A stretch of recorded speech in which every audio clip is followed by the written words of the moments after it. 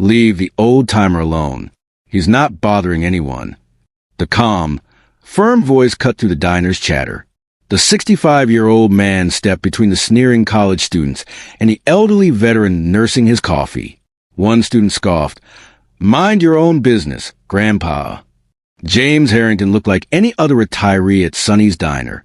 65 with silver gray hair neatly trimmed. Deep-set eyes bearing quiet dignity beneath slight crow's feet, and a posture that somehow remained military straight despite his casual clothing. He wore well-worn jeans, a faded blue button-up, and sturdy boots that had seen better days. Nothing about him demanded attention or suggested importance. He sat at the counter, occasionally glancing at the folded newspaper beside his half-empty coffee mug. The waitress, Rose, topped off his cup without asking. He'd been coming here almost daily for months. James nodded his thanks, his weather hands curling around the warm mug. "Same as always, Mr. Harrington?" she'd asked when he arrived. "Same as always, Rose," he'd replied with a slight smile. Sonny's was a perfect escape, a place where James could blend into the background. The worn vinyl booths, formica tabletops, and gentle clatter of dishes created a comfortable anonymity. Here, no one knew him beyond the polite regular who tipped well and kept himself. Here, he could briefly set aside whatever burdens he carried. Across the diner sat Walter Mitchell, a frail 78-year-old, wearing khaki slacks that hung loose on his thin frame. His faded green Vietnam veteran's cap sat slightly askew on his wispy white hair. Walter's gnarled fingers trembled slightly as he nursed a single cup of coffee, making it last. Occasionally, he would murmur to himself, lost in memories that only he could access. Walter was a fixture at Sonny's, mostly ignored, sometimes a subject of pitying glances. He never caused trouble, paid for his coffee, and kept himself. Today, however, he'd drawn unwanted attention. 3 college students, loud, privileged, and brimming with unearned confidence, had taken the booth opposite Walter's. Initially absorbed in their phones and boisterous conversation, they eventually noticed the elderly man's quiet mumbling. "Hey, check out Grandpa talking to his coffee cup." The ringleader sneered, his designer jacket and practiced smirk suggesting a life of easy entitlement. His companions snickered, their attention turning predatory toward the old veteran. James watched from the counter, his expression neutral but his eyes increasingly attentive. "What's that, old-timer? Got secrets to tell the sugar packets?" The ringleader called across to Walter, loud enough for the entire diner to hear. His friends erupted in laughter. Walter looked up, startled. Confusion clouded his pale blue eyes as he was abruptly pulled from his private thoughts. "Just remembering," Walter mumbled, hunching his shoulders as if to make himself smaller. "Remembering what?" "How dinosaurs walked the earth." The second student joined in, leaning across the table with mock interest. Rose wiped her hands on her apron and called from behind the counter, "Boys, that's enough now." But her admonishment lacked real authority, and the students dismissed her with barely a glance. The ringleader spotted Walter's Vietnam veteran's cap, and his eyes lit up with cruel opportunity. "Oh, we got ourselves a war hero." He reached across and flicked the brim of Walter's cap, making the old man flinch. "Vietnam, huh? Did you, hang out in the jungle and stuff?" Walter straightened slightly, a flicker of dignity pushing through his discomfort. "2 tours. 1968 and 69. 101st Airborne," he said softly, his voice barely audible over the diner noise. "Wow, so impressive," the third student mockingly drawled. "My grandfather has PTSD too, but at least he doesn't talk to himself in public." The restaurant grew uncomfortably quiet. Other patrons shifted in their seats, some staring intently at their plates, others checking watches with exaggerated interest. A businessman in a nearby booth sighed dramatically and muttered something about respect for lunch hour. James had been watching the exchange, his jaw tightening almost imperceptibly. He'd seen bullies before, in schoolyard, in barracks, and in far more dangerous places. He despised the casual cruelty, the deliberate infliction of discomfort on someone unable or unwilling to defend themselves. The third student reached for Walter's cap. "Let me try on your little souvenir." That was enough. James placed his napkin beside his coffee cup. stood up from his stool, and walked deliberately toward the corner booth.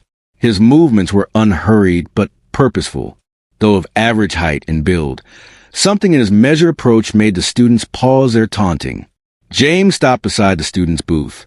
Nothing about his appearance suggested authority or threat, just a senior citizen in casual clothes. Yet something in his quiet confidence made the ringleader hesitate. "Leave the old-timer alone," James repeated, his voice level and controlled. "He's not bothering anyone."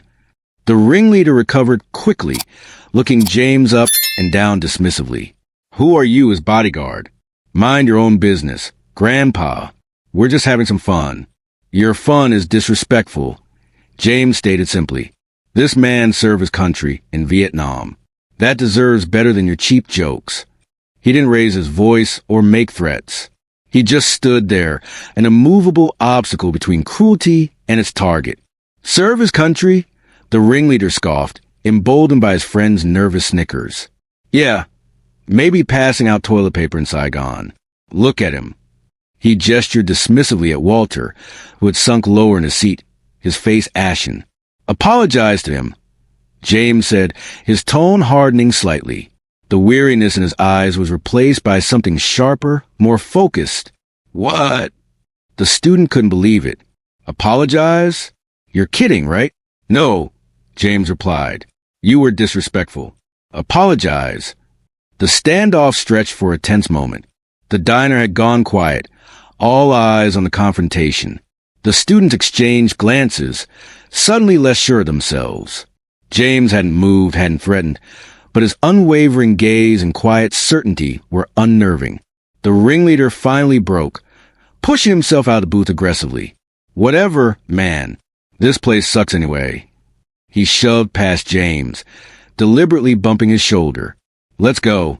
His friends scrambled after him, casting nervous glances back at James before swaggering out the door, their earlier bravado deflated. James watched them leave, his expression unreadable, then turned to Walter.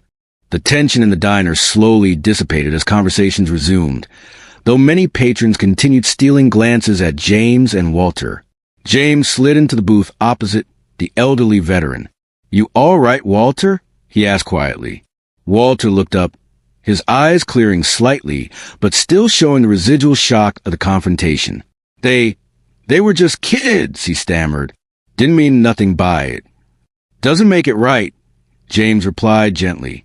He signaled Rose for another coffee for Walter and a refill for himself. Sometimes people forget basic respect. Rose brought the coffees, giving James an appreciative nod. "Thanks for stepping in, Mr. Harrington. Those boys come in here sometimes. Always trouble." James just shrugged slightly. Everyone deserves a quiet cup of coffee. He and Walter sat in companionable silence for a while, the shared warmth of the mugs a small comfort. Walter seemed to relax gradually, the hunted look fading from his eyes. He took a slow sip of the fresh coffee. "Vietnam," Walter murmured, seemingly to himself. "Monsoon season was the worst. Mud everywhere. In your boots, your rifle, your food." James nodded slowly. "I can imagine. You serve?" Walter asked, studying James with renewed interest. "Air Force. Different time, different places." James didn't elaborate, and Walter didn't press. Some things didn't need explaining between veterans.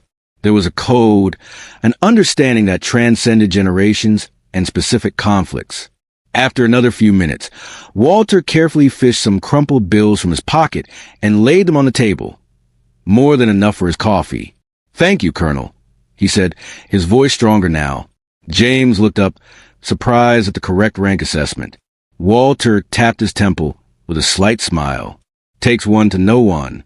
He gave James a respectful nod, adjusted his Vietnam veteran's cap, and slowly made his way out of the diner.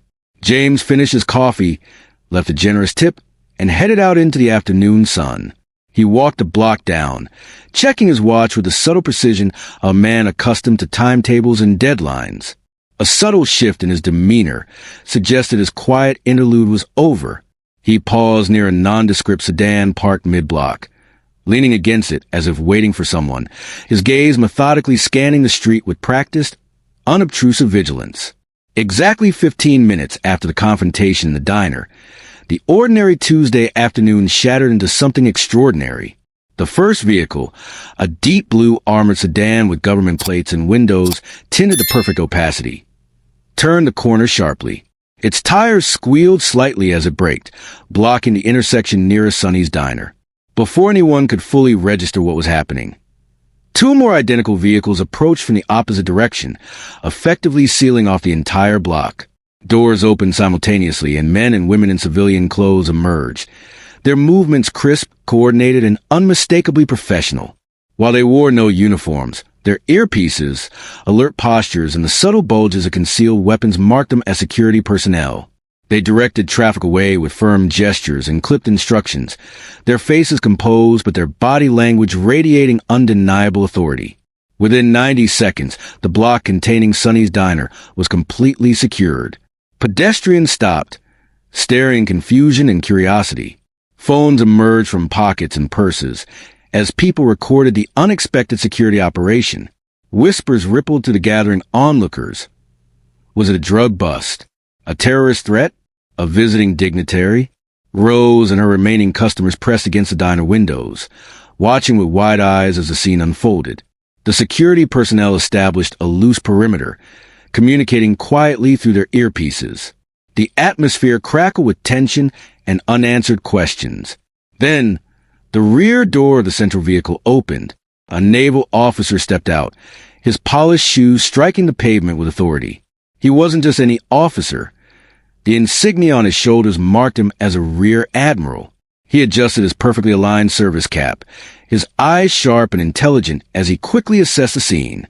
After conferring briefly with one of the security personnel, he turned his gaze toward the spot where James Harrington still waited by the sedan, seemingly unfazed by the commotion surrounding him. The Admiral began walking purposefully toward James, his stride measured, his expression serious but with a hint of familiarity. The security team maintained their positions, creating an invisible protective bubble around the two men as they prepared to meet. Onlookers strained to hear, phones held high, but the conversation remained private amidst the public spectacle. "Colonel Harrington," the Admiral said, his voice pitched just for James though he maintained his formal posture. "We were concerned when you missed your scheduled check-in. It took us 15 minutes to secure approach vectors after receiving your signal. Is the situation contained?" James straightened from his casual posture against the sedan, his earlier relaxed demeanor replaced by the alert bearing of a senior military officer. The transformation was subtle but striking. The same man, yet suddenly radiating a quiet authority that had been deliberately subdued in the diner. "Minor delay, Admiral Lawrence." "Unexpected civilian interaction," he replied, nodding briefly back toward Sonny's. "Had to handle the situation. The asset wasn't compromised." Admiral Lawrence's eyes narrowed slightly. "A situation? Your orders were explicit, Colonel. Observation only. Zero engagement." "Negative engagement with the primary objective, Admiral." James clarified. This was unrelated. "Some college students harassing a Vietnam veteran. I intervened." The Admiral absorbed this, his gaze flickering momentarily toward the diner, then back to James. His expression showed a complex mix of professional disapproval and personal understanding. "Personal matters are a luxury this operation doesn't afford, Colonel. You know that." "I do, sir," James acknowledged. "But some lines shouldn't be crossed, regardless of operational parameters." It was handled discreetly. Discreetly? Admiral Lawrence raised an eyebrow, gesturing subtly at the secure perimeter, the armored vehicles, and the gathering crowd. "This is your definition of discretion?" James allowed a small, rueful smile. "The intervention was discreet, sir. The extraction protocols perhaps less so, but necessary given our proximity to the primary objective." He straightened, shedding the last vestiges of his civilian cover. "The package is secured," he added, indicating the sedan. "Ready for transport." Admiral Lawrence nodded, the momentary personal concern replaced by professional focus. "All right, Colonel, let's move." The Admiral turned to one of the security team. "Initiate Phase 2 protocols. Escort Colonel Harrington and the package to the designated transfer point. As the security personnel opened the rear door of the sedan for James, Rose and a few brave customers edged out of the diner, maintaining a respectful distance but unable to contain their curiosity. "Mr. Harrington?" Rose called out, clearly bewildered. "What in the world is going on?" Admiral Lawrence paused, turning slightly toward the diner owner. James gave a subtle shake of his head, but the Admiral chose to respond, perhaps sensing a chance to reinforce a point or simply acknowledging the woman who ran the establishment where his senior advisor had intervened. "Ma'am," Admiral Lawrence addressed Rose, his voice polite but carrying the weight of his rank. Colonel Harrington was concluding some sensitive government business. He glanced back at James. Apparently, he was also ensuring that basic decencies were upheld in your establishment earlier. Rose's eyes widened as she connected the dots. The quiet man at her counter, the confrontation with the students, and now this overwhelming display of official power. The businessman who had sighed impatiently earlier was among the onlookers, his face pale with realization. "He works for you?" Rose asked the Admiral, gesturing toward James. Admiral Lawrence offered a thin smile. "Colonel Harrington doesn't work for me, ma'am. He operates at a level where men like me ensure his operational environment is secure." He let that sink in. He took time from a critical national security matter to defend an elderly citizen from harassment. That tells you something about his character. He looked pointedly at the crowd. Perhaps it's a character more people should emulate. James gave Rose a brief, almost imperceptible nod, a silent acknowledgement, before sliding into the waiting vehicle. The Admiral followed, the doors shutting with solid finality. Within moments, the convoy moved out, disappearing as quickly and efficiently as it had arrived. The security personnel melted away. The barricades vanished, and traffic began to flow again, leaving behind a block full of stunned witnesses and a lingering echo of authority. The street returned to a semblance of normality, but the atmosphere was irrevocably changed. Whispers replaced the earlier silence as people clustered in small groups, discussing what they'd witnessed. Who was James Harrington? Colonel Harrington? What kind of sensitive government business required such an overwhelming response? What package had been secured? Rose stood stunned outside her diner, replaying the morning's events in her mind. James's calm intervention, the Admiral's words, the revelation of hidden importance behind the unassuming man she'd served coffee to almost daily for months. The businessman who had been annoyed by the earlier confrontation quietly paid his bill and left, avoiding eye contact with anyone. His earlier impatience seemed petty now, faced with the reality of whom he had silently judged. Word spread quickly through the neighborhood. The college students who had harassed Walter soon heard about the blue sedans, the Admiral, and the security team that had locked down the entire block in response to the incident. Fear replaced their earlier bravado. They avoided Sonny for months afterward. Walter Mitchell, oblivious of the high drama his brief moment of distress had indirectly triggered, had likely returned to his small apartment, perhaps sipping tea, lost in his quiet memories of service and sacrifice.